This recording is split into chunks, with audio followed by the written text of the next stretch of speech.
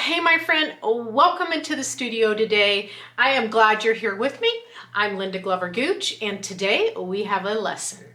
In today's video, I have a lesson for you that is about distant views, coming closer, building your landscape in front, and then that special sparkle. So lots of this is very closely related to my air color, and I teach with my air color a lot. I paint with my my air color. It's a mixture that I came up with years ago at the Grand Canyon, and I found it helpful in teaching students how to portray the vast views through the canyon. So I have just a short lesson for you here today, and it's talking about how you build distant views and then the front foreground, and then what I love to do is put sparkle on with a knife. So let's roll this video and sit back and enjoy. You're going to watch me build this canyon in Vista, and I'm using a lot of air color, the white, ultramarine blue, and the cad red light. And I'm going to give myself some marks of values. This is really about values, shapes and values as it comes forward, giving myself darker as I get closer and the lighter values moving away. It's just some landing points for me to help develop the different values. Then I start coming in and molding and shaping all those cliffs as they go back into the distance, keeping the horizon line nice and cool and light on the back edge way out there, but I'm bringing a little bit of the pinky violets down in there to kind of pull some of the reds from the horizon. And I just continue to work this. You're going to watch me adjust, soften edges, but really the same mixture, the white, ultramarine blue, and cad red light for the air mixture, more blue, more red, and then way off in the distance, touches of some alizarin. But basically, it's the same mixture. It's just different values. Just building the sense of how those canyon walls meet in the middle, and the river runs through it, through the distant canyon. Such color harmony as I bring all of this through the whole midsection of that canyon down there. It's the same colors as the clouds.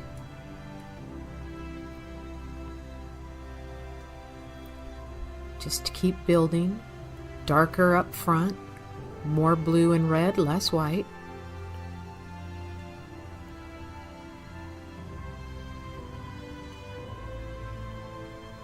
Adjusting as I go, reshaping, chiseling in. You see me doing all of this as I go. Chisel in lighter behind or bring dark up in front. Just shaping and keeping those values in order.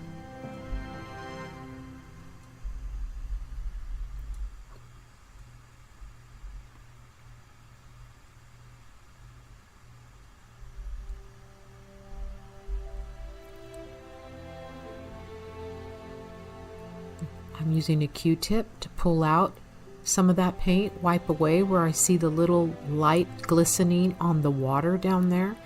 It'll get tweaked, reshaped. A little bit of knife work was used there.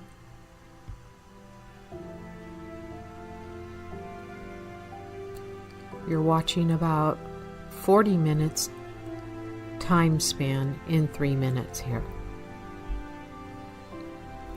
Is just a continual adjustment, stepping back, using my mirror, checking values. All right, there you go. Just keep adjusting.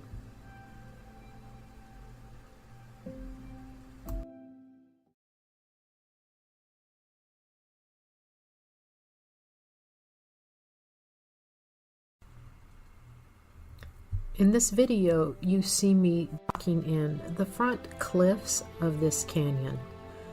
This is one of my favorite things to do, and I like to do them abstractly with darks, and I'll use air color in the shadow areas as well. But I like to do these very abstractly, starting with a very dark, which is that ultramarine blue and transparent red oxide. You can see me bringing in a very toned down air color there. It's the air color with some of that dark mixed with it, keeping it toned down, yet look at the color harmony it plays into the whole scene with those clouds and the back canyon as well. It's bringing those blue colors into this rock formation so it does not appear as just a pasted on rock cliff with no relationship.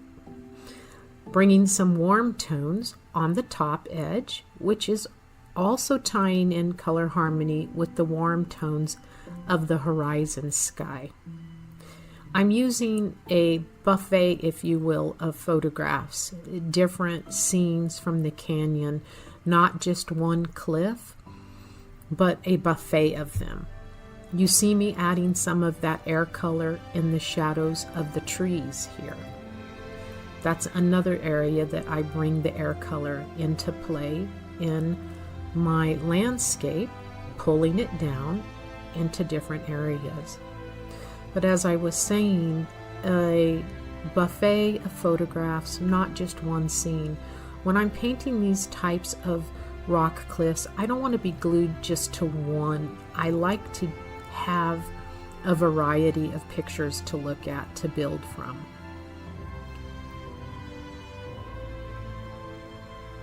More warm tones. Just keep building structure. Sometimes I'll put something in and then I'll take it out.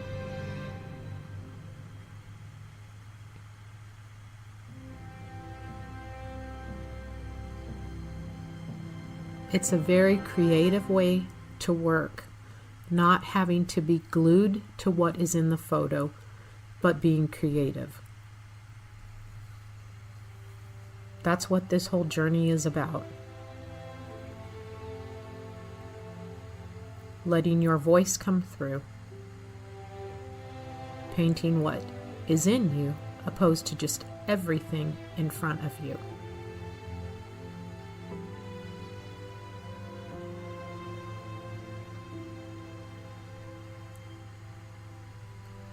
Adding a few dark accents, little cracks, bringing some darks back in. You may lose some of your darks when you add the medium values, the lighter tones. You just bring them right back in again.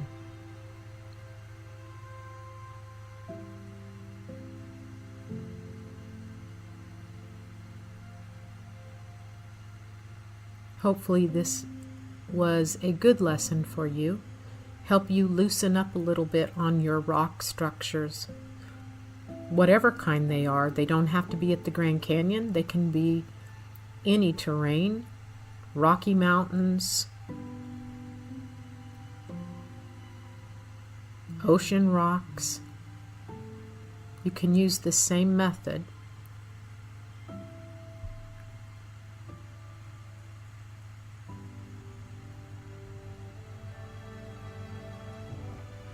All right, are you inspired? Go paint some rocks. Better yet, go paint the Grand Canyon.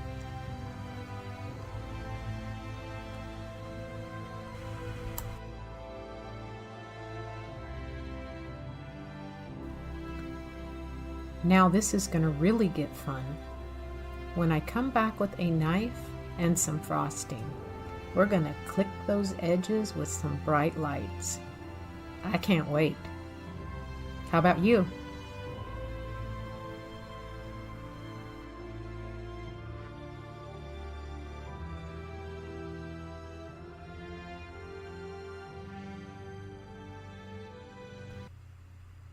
In this short video, you're going to see me come in with some white and a little bit of lemon yellow, a very light color, and just frost the edges with that sun glistening sparkle. using a small knife.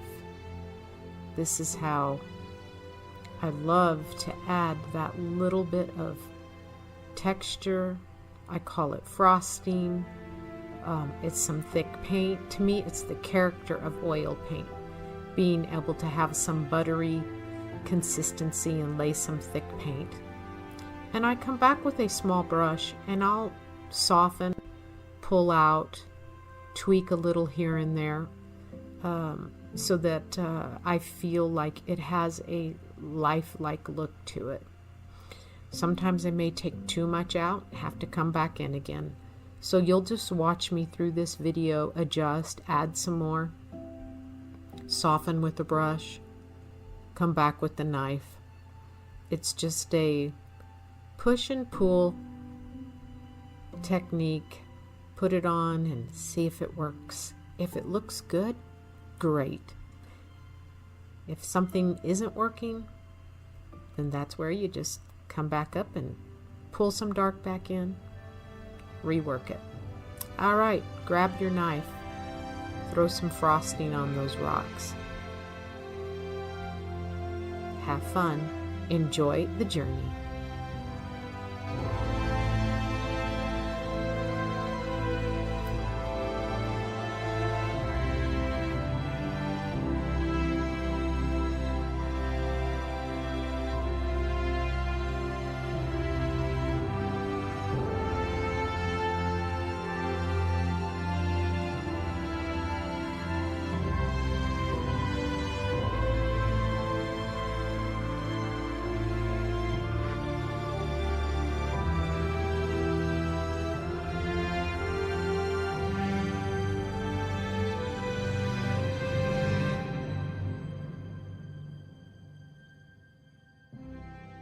All right, my friend, I hope that that was helpful to you.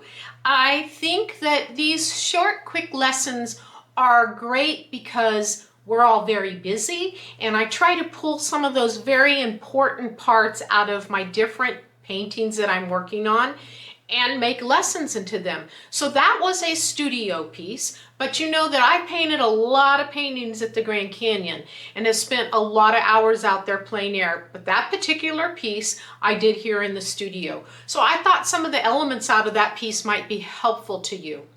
Speaking of the studio, what's going on in the studio right now? Well, I am working on a large piece. I have it behind me. I thought maybe I'd just talk a little bit about the process again.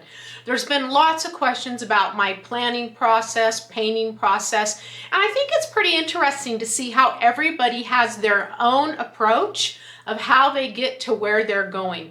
And remember that one thing very important is it's your journey. So pick pieces up along the way that other artists do that work for you, and then let other things go. You know, we're all on this journey, and so there are just going to be some things that I do that maybe don't work for you, and vice versa. Things that maybe other artists do don't work for me. You know, it's just one big circle. But we're all creating, and the most importantly is let's enjoy it and learn and grow, right? So behind me, I have it's about a 30 by 40. It's a little off. Sometimes I use different sizes. It's actually a 35 by 41 just because stretcher bar is on sale. And so I thought, all right, I'm going to make that a 35 by 41 because I got a great smoking deal on stretcher bars. And you know how expensive all the cost of our goods have gotten. I decided to take advantage of it because I custom frame everything anyway, and I have these canvases stretched for me, so doing a little different size wasn't that big of a deal. But I am doing a sky scene with the Sonoran Desert in it. And so my process, you know, I like to put on a wash. So I did this orange underwash yesterday. It's already dry. I ran out of steam, didn't make it down here. So this afternoon, I am going to do some work on the foreground. Now, what is my painting about? This is a question you need to ask yourself. What is your painting about? So this painting for me is really about the emotion for me of the glistening light. Yes, it has a predominant cloud. I can show you a picture of it. Let me pull up. So, you know, over here is my big TV screen. I'm going to move the camera. It's on the TV screen is, I have an HDMI from my little laptop going to the TV screen. Then I pop up this image, all right? So that's where I pull up my image